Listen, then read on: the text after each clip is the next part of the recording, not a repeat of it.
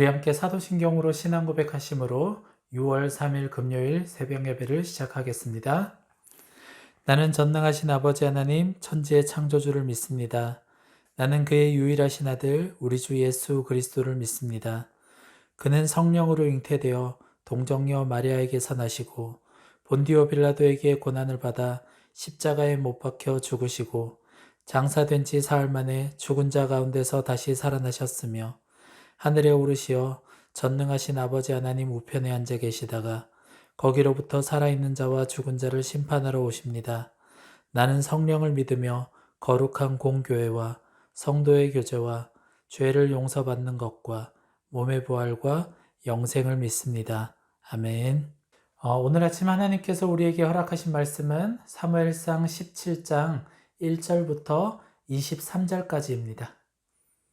사무엘상 17장 1절부터 23절까지 말씀 함께 한 목소리로 봉독하겠습니다. 시작.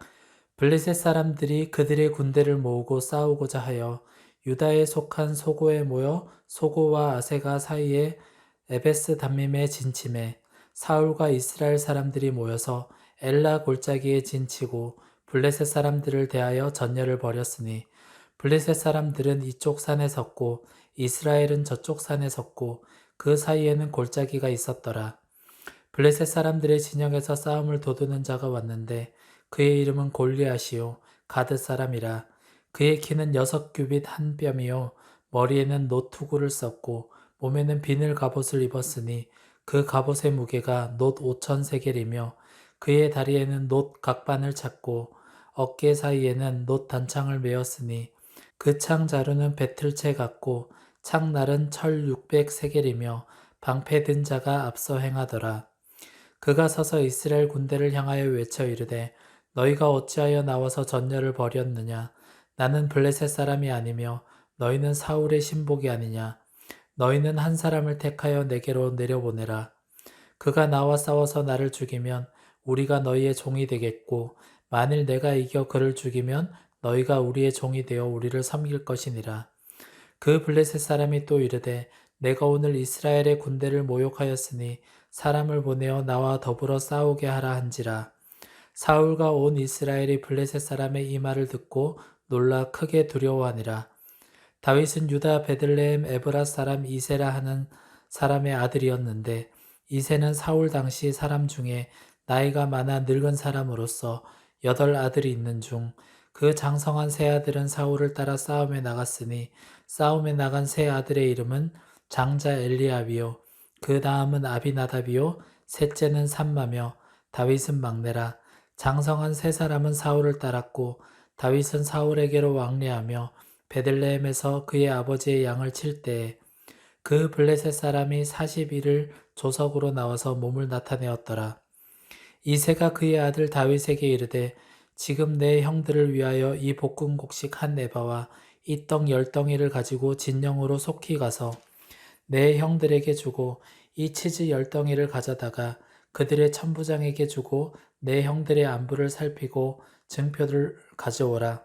그때 사울과 그들과 이스라엘 모든 사람들은 엘라 골짜기에서 블레셋 사람들과 싸우는 중이더라.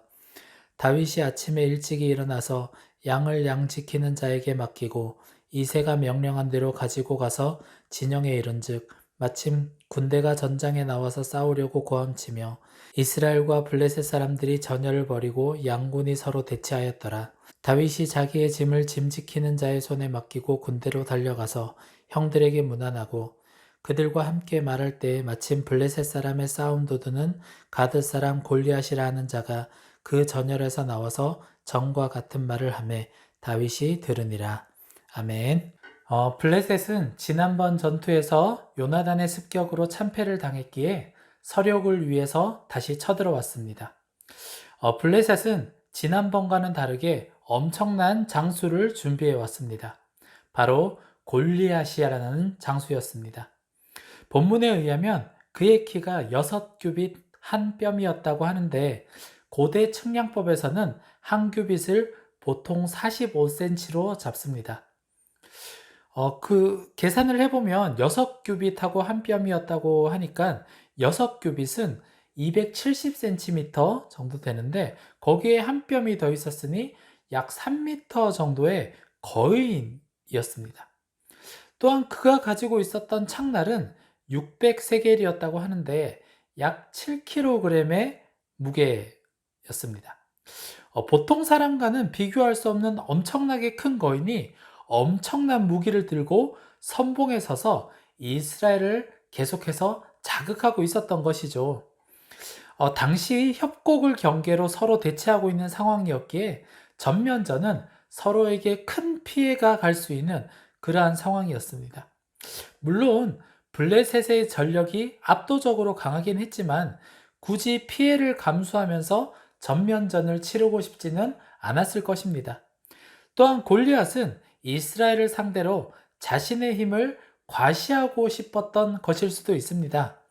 어떤 이유에서인지 정확하게는 알 수 없지만 골리앗은 이스라엘에게 1대1 결투를 신청하였습니다. 1대1 결투는 고대 이방의 전투에는 흔히 있는 일이었다고 합니다. 이러한 경우 1대1의 이제 결투가 시작이 되면 선봉장, 그 양쪽에 이제 선봉장들이 전쟁을 하게 되는데, 대결을 하게 되는데, 여기에서 승리를 한 사람이 곧 나라를 대표한, 민족을 대표한 사람이기 때문에 민족의 승리, 나라의 승리를 가지고 오는 것이라고 할 수 있습니다. 이스라엘에게는 블레셋과의 전면전도 두려운 일이었지만 골리앗과의 1대1 결투는 더더욱 두려운 일이었습니다. 골리앗은 마음껏 이스라엘을 조롱하였지만 사울 왕을 비롯한 그 어느 누구도 함부로 맞서지 못하였습니다. 겉으로 보기에 너무나도 두려운 상대였었기에 맞서지 못하는 것은 당연한 일이기도 하였지만 근본적으로 사울에게서 여호와의 신이 떠나버린 이 결과가 바로 이렇게 나타난 것이고, 이스라엘 백성 중 어느 누구도 이스라엘이 하나님의 나라이며 하나님께서 이스라엘과 함께 하심을 믿지 못하였기 때문에 발생한 결과라고도 할 수 있습니다. 즉 사울과 이스라엘에 하나님이 떠나 있었기 때문에 이들이 이렇게 두려워하고 있었던 것입니다. 모든 것이 절망스러운 이런 상황에 다윗이 등장합니다. 전쟁이 길어지자 전쟁에 나간 아들들의 안부가 궁금해진 이새는 전쟁에 나가지 않은 막내 아들 다윗을 불러 형들에게 양식을 갖다 주고 전쟁의 상황이 어떤지 알아오라며 심부름을 보내게 되었습니다. 다윗이 전장에 도착해서 보니까 양군이 서로 전열을 벌이고 대치를 하고 있었습니다. 말 그대로 일촉즉발의 상황이었던 것이죠. 다윗은 자기의 짐을 잠시 맡기고 우선 형들에게 찾아가 문안을 하였습니다. 형들에게 인사를 하고 자신이 온 이유를 말하던 그때였습니다. 마침 블레셋 진영에서 골리앗이 이스라엘 군대를 모욕하는 말을 들었습니다. 자, 오늘 본문에서도 보면 마침이라는 단어가 등장합니다. 지금의 이러한 상황은 모든 것이 다 우연인 것처럼 보입니다. 다윗의 아버지 이새가 막내 아들 다윗을 불러 전쟁에 나간 형들에게 양식을 전해주라고 한 그날 마침 골리앗이 이전처럼 싸움을 걸어왔고, 또한 그때 마침 다윗이 그 이야기를 듣게 되었던 것이죠. 오늘 본문에서는 기록되어 있지 않지만 이 다음 상황 다 아시지 않습니까? 모두가 다 아시다시피 이 상황으로 인해 다윗은 골리앗을 물리치게 되었고 이스라엘 전체에 하나님을 사랑하는 모습과 용맹스러움을 나타내게 되었습니다. 이 일은 단순히 우연이라기보다는 하나님께서 이미 그 전부터 당신의 마음에 두신 다윗을 수면 위로 끌어올리시기 위해 모든 상황과 시간을 주관하신 것으로 보입니다. 하지만 우리는 한 가지 더 생각해 봐야 할 것이 있습니다. 하나님의 주권적인 섭리 안에서의 이 역사는 준비된 자로 인하여서 이어진다라는 것입니다. 다윗은 이새의 막내 아들로 가정에서조차 주목받지 못한 그러한 사람이었습니다. 아직 나이도 어려서 전쟁에 나갈 수도 없던 그러한 자였습니다. 형들이 전쟁에 나가 있을 때 다윗이 할 수 있는 일은 집에 남아 양을 치며 심부름을 하는 것이 전부였습니다. 그러나 다윗은 자신에게 주어진 모든 상황 속에서 하나님을 끊임없이 사랑하고 있었고 또한 하나님을 찬양하고 있었습니다. 엄청난 블레셋 군대, 그 중에 엄청난 거구의 장수가 이스라엘을 모욕하던 그때 모든 이스라엘 백성은 두려움에 떨고 있었지만 다윗에게는 하나님을 향한 자신의 마음을 온전히 나타낼 수 있는 절호의 기회가 찾아오게 된 것이었죠. 사랑하는 여러분, 오늘날 기독교는 세상의 지탄을 제대로 받고 있습니다. 하나님을 향한 사랑, 또 하나님을 향한 믿음은 별 의미 없는 것처럼 여겨지고 있고 세상의 많은 사람들은 기독교를 개독교라 부르며 목사를 먹사라라고 부르며 조롱하고 욕합니다. 어쩌면 사울과 같이 믿음 없이 거칠에만 해왔던 일들의 결과가 이렇게 나타나는 것일 수도 있습니다. 세상은 블레셋 군대 또 골리앗과 같이 점점 거대해져만 갑니다. 세상의 문화는 교회를 조롱하며 언제라도 교회를 집어삼킬 수 있는 것 같이 큰 소리를 치며 지금도 우리를 엄습해 옵니다. 때로는 너무나도 거대해져가는 이 세상의 문화 속에서 우리도 어찌할 바를 몰라 두려워 떨며 이제는 변화시킬 수 없어. 이제는 우리가 아무것도 할 수 없다 라고 생각을 하며 포기할 때도 있습니다. 하지만 오늘 본문에서도 우리가 보았듯이 절망적인 상황은 하나님의 영광을 나타낼 수 있는 최적의 기회임을 우리가 보지 않았습니까? 어쩌면 지금 이때 골리앗과 블레셋과 같은 이 세상의 문화 속에서 이렇게 교회가 작아지고 있을 때 바로 이때가 우리에게 주어진 최고의 기회일 수도 있습니다. 우리는 우리에게 주어진 이 기회들을 잘 붙들어야 합니다.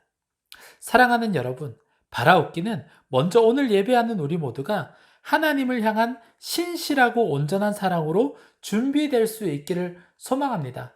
다윗은 그저 양을 치는 목동이었지만 계속해서 하나님을 사랑하는 그 마음, 그리고 하나님을 믿는 그 믿음으로 무장하고 있지 않았습니까? 우리도 또한 우리에게 주어진 상황이 비록 작고 보잘것없다라고 느껴질 때라도 하나님을 사랑하는 마음과 하나님을 향한 믿음만큼은 계속해서 지켜가야 합니다.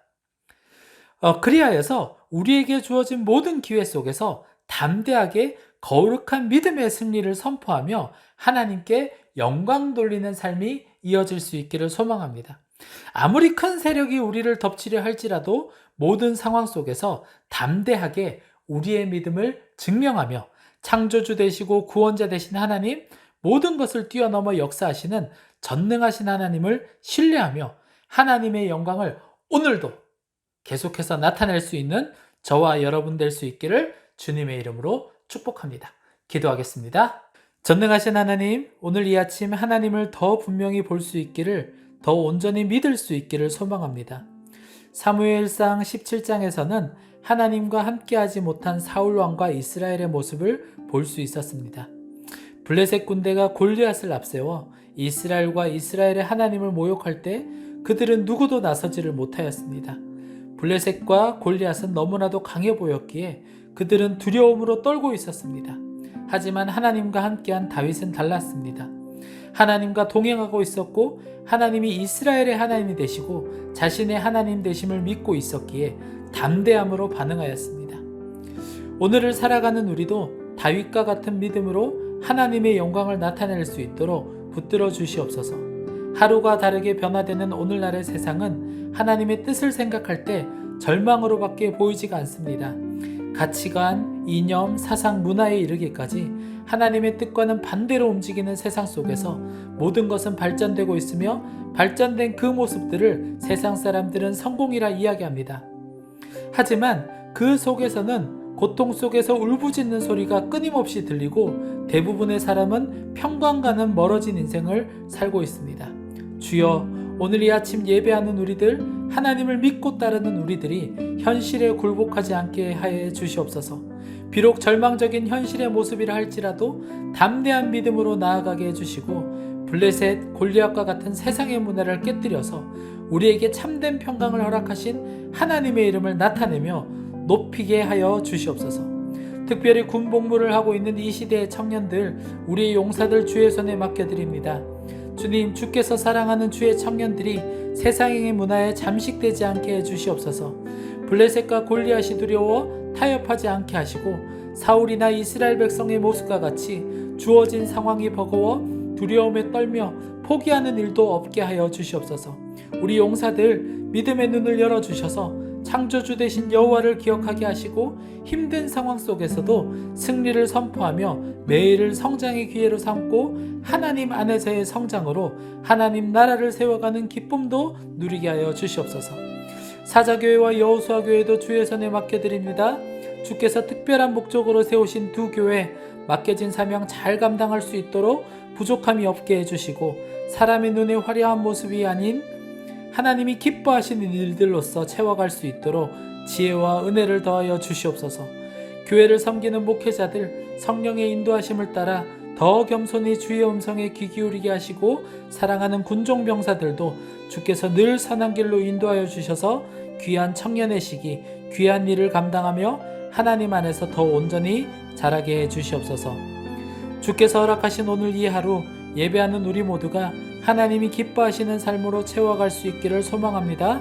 살아계신 하나님, 전능하신 하나님을 믿음의 눈들어 보게 하시고 아무리 절망스러운 상황이 우리에게 찾아온다 할지라도 모든 순간을 최고의 기회로 삼아 하나님의 이름을 높여드리는 믿음의 삶 이어가게 해 주시옵소서. 우리의 모든 삶을 주관하시고 살피시는 주님 앞에 더 겸손히 나아가기를 소망하며 모든 말씀 예수님의 이름으로 기도드렸습니다. 아멘. 개인적으로 기도의 제목 가지고 나오신 분들 자유롭게 기도하시다가 돌아가겠습니다. 오늘도 하나님이 우리와 함께 하십니다. 어떠한 절망의 순간이 우리에게 찾아온다 할지라도 그 모든 순간들은 우리가 하나님의 영광을 나타낼 수 있는 기회임을 믿으며 절망을 최고의 기회로 붙들어서 승리를 선포할 수 있는 믿음의 사람들 될 수 있기를, 믿음의 성도들 될 수 있기를 주님의 이름으로 축복합니다. 오늘도 승리하십시오.